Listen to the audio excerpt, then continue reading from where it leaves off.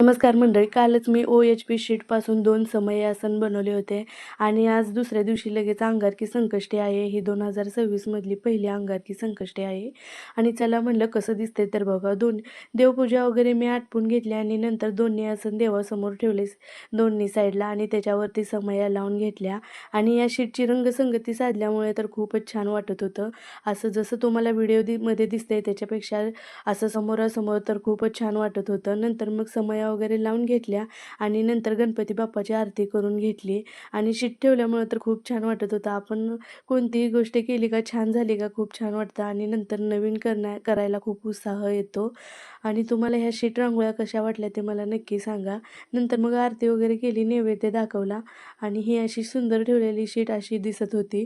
आणि मग तुम्हाला हा व्हिडिओ कसा वाटला ते मला नक्की सांगा. व्हिडिओ आवडला तर लाईक करा आणि सबस्क्राईब करायला विसरू नका. भेटू पुढच्या व्हिडिओमध्ये.